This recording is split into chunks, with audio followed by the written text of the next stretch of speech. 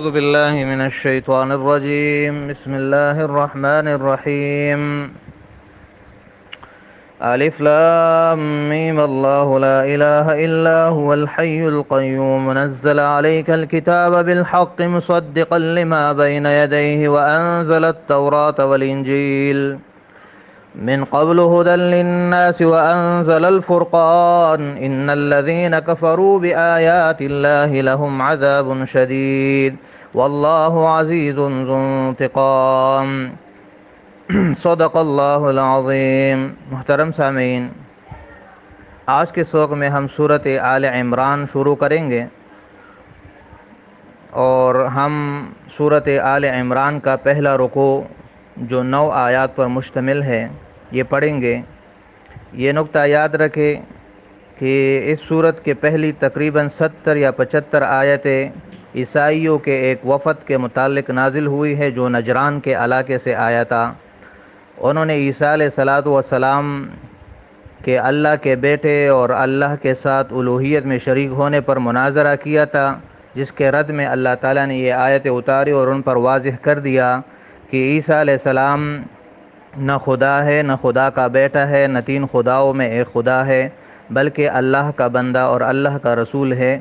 اور بنیادی بات جو ثابت کی گئی ہے وہ توحید کی بیان کی گئی ہے کہ اس کائنات کا چلانے والا اور اس میں عبادت کا لائق اور الوہیت اور ربوبیت کا لائق صرف اور صرف ایک اللہ ہے، اس کے سوا کوئی نہیں اور اس کے ساتھ کوئی شریک نہیں. اللہ فرماتا ہے الف لام میم، یہ حروف مقطعات ہے، اس کے متعلق ہم پہلے ذکر کر چکے ہیں.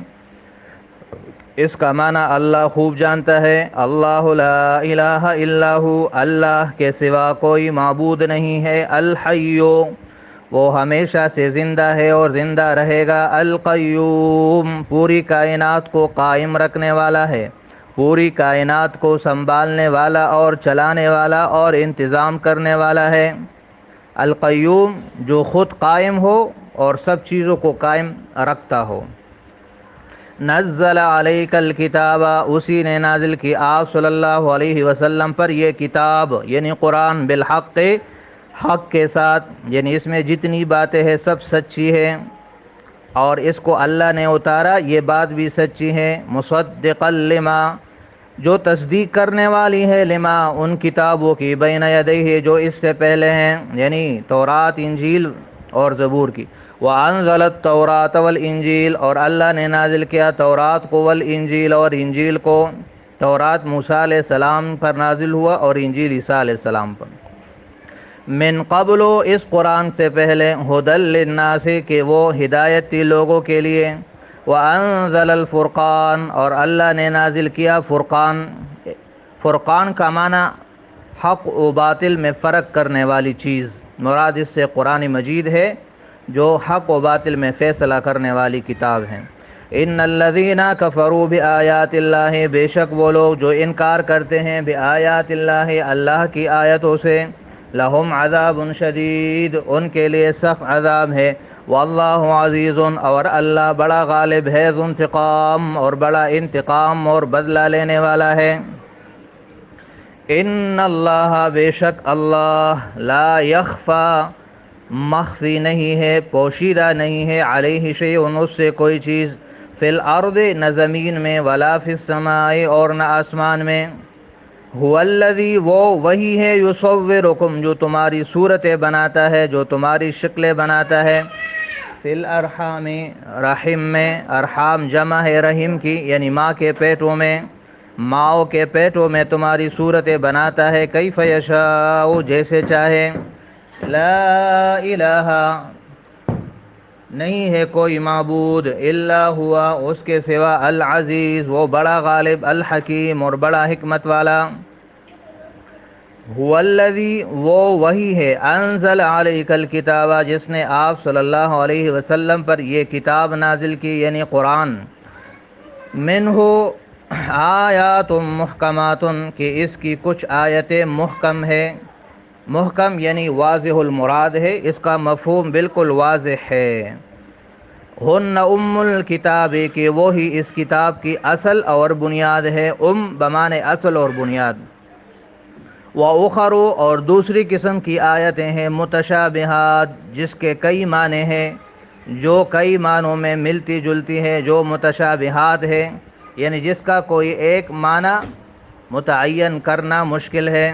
فَأَمَّا الَّذِينَ پس وہ لوگ فی قلوبہم جن کے دلوں میں زیغن کجی ہے، کوگوالی توئی زیغن کجی، قلوب قلب کی جمع، جن کے دلوں میں کجی ہے، جو گمراہی کی طرف مائل ہے، فَيَتَّبِعُونَ سو وہ پیروی کرتے ہیں، مَا تَشَابَهَ مِنْهُ ان آیات کی جو متشابہات ہے، ابتغاء الفتنۃ فتنہ ڈھونڈنے کے لیے، یعنی شر و فساد پھیلانے کے لیے، شکوک و شبہات ڈالنے کے لیے، وابتغاء تأویلہ اور اس کی حقیقت معلوم کرنے کے لیے، وما یعلم تأویلہ حالانکہ نہیں جانتا تأویلہ اس کے حقیقت کو الا اللہ مگر صرف اللہ۔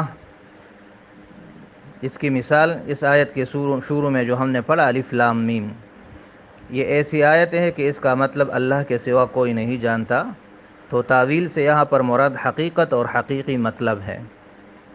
والراسخون فی العلم اور وہ لوگ جو علم میں پختہ ہے، راسخ فی العلم وہ ہے جو علم کی گہرائیوں تک پہنچ چکا ہو اور جسے عبور ہو تمام مضامین پر، تو یہ دوسرے قسم کے لوگ ہیں۔ پہلے قسم کہتے ہیں زائغین جن کے دل گمراہی کی طرف مائل ہے، اور اب ہے راسخین جن کے دلوں میں علم اور حقیقت پختہ ہے۔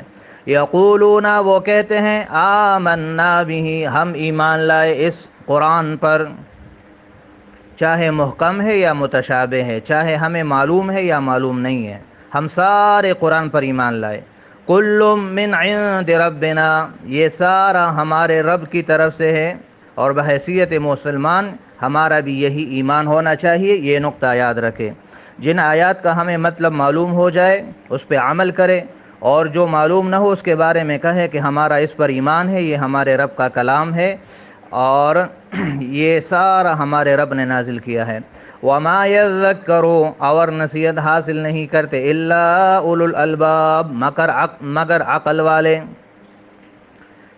ربنا اور وہ دعا کرتے ہیں، ربنا اپنے علم پر غرور نہیں کرتے، ربنا وہ کہتے ہیں اے ہمارے رب لا تزغ قلوبنا لا تزغ ٹیڑھا نہ کر قلوبنا ہمارے دلوں کو، بعد اذ ہدیتنا اس کے بعد کہ تو نے ہمیں ہدایت کی، ایمان کے بعد کفر کی طرف جانے سے ہمیں بچا، وَهَبْ لَنَا اور عطا کیجئے ہمیں مِن لَدُنْکَ اپنے پاس سے رحمتاً خاص رحمت اور مہربانی، جس سے ہم ایمان اور جنت کے راستے پہ قائم رہیں۔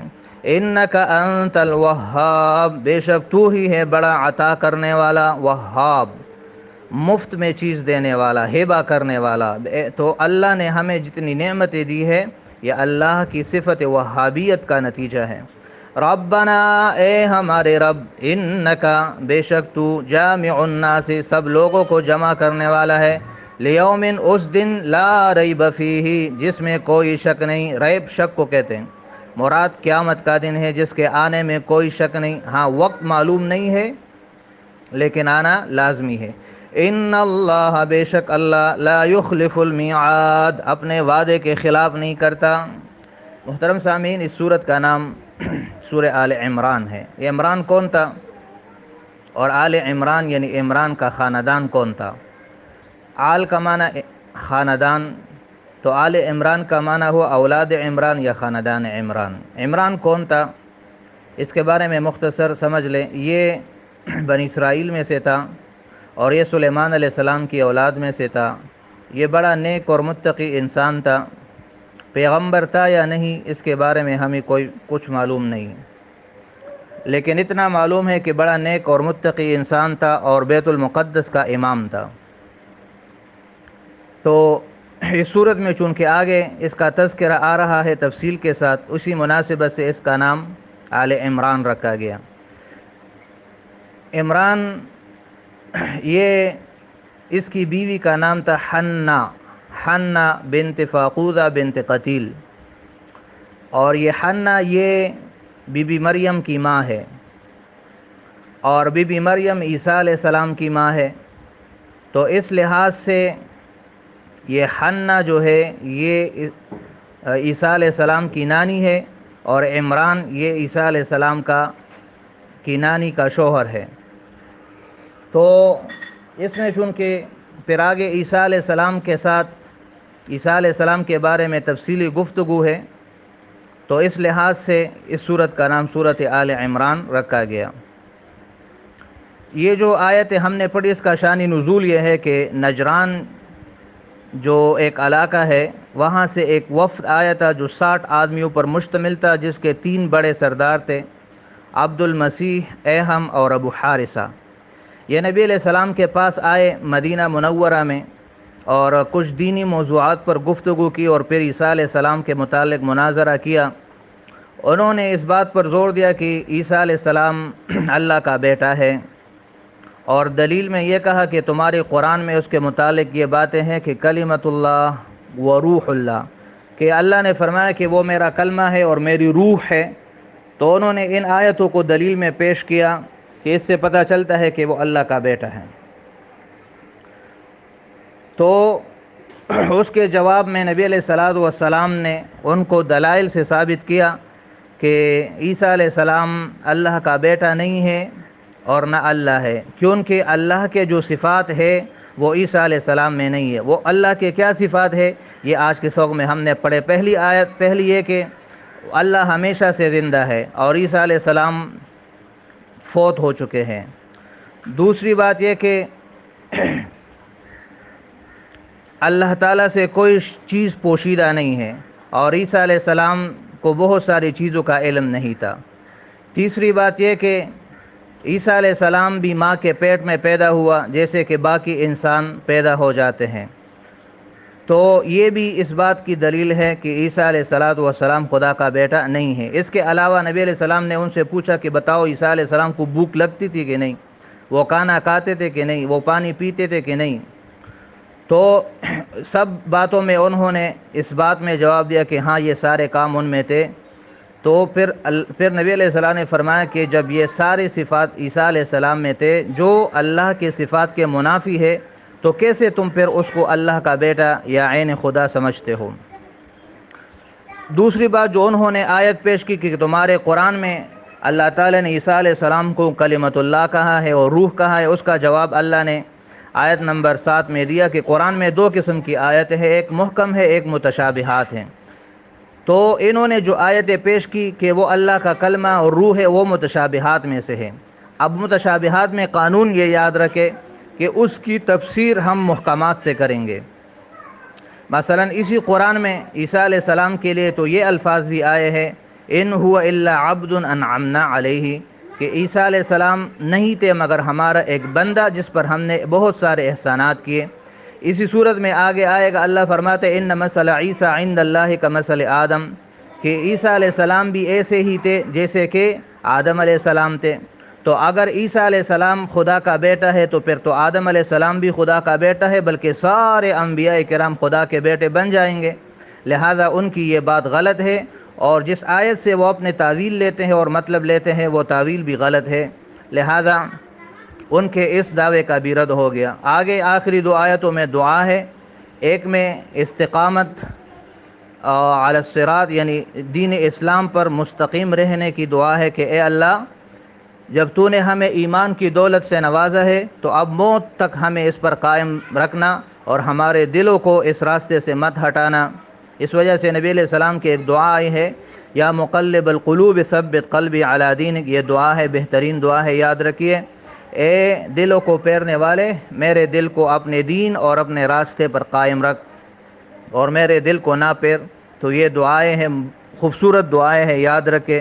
ربنا لا تزغ قلوبنا بعد اذ ہدیتنا، ایک یہ دعا ہے، اور دوسرا ہے ربنا انک جامع الناس لیوم لا ریب فیہ، کہ اے رب تو سب کو جمع کرے گا قیامت کے دن۔ اس میں ان کو ڈرایا گیا ہے کہ قیامت کا دن آنے والے ہے جس میں تمہارے سارے جھگڑوں کا فیصلہ کیا جائے گا، لہٰذا اس سے پہلے جو تمہارے غلط عقائد ہے اور غلط اعمال ہے ان سے توبہ کرو اور اس سے اجتناب کرو۔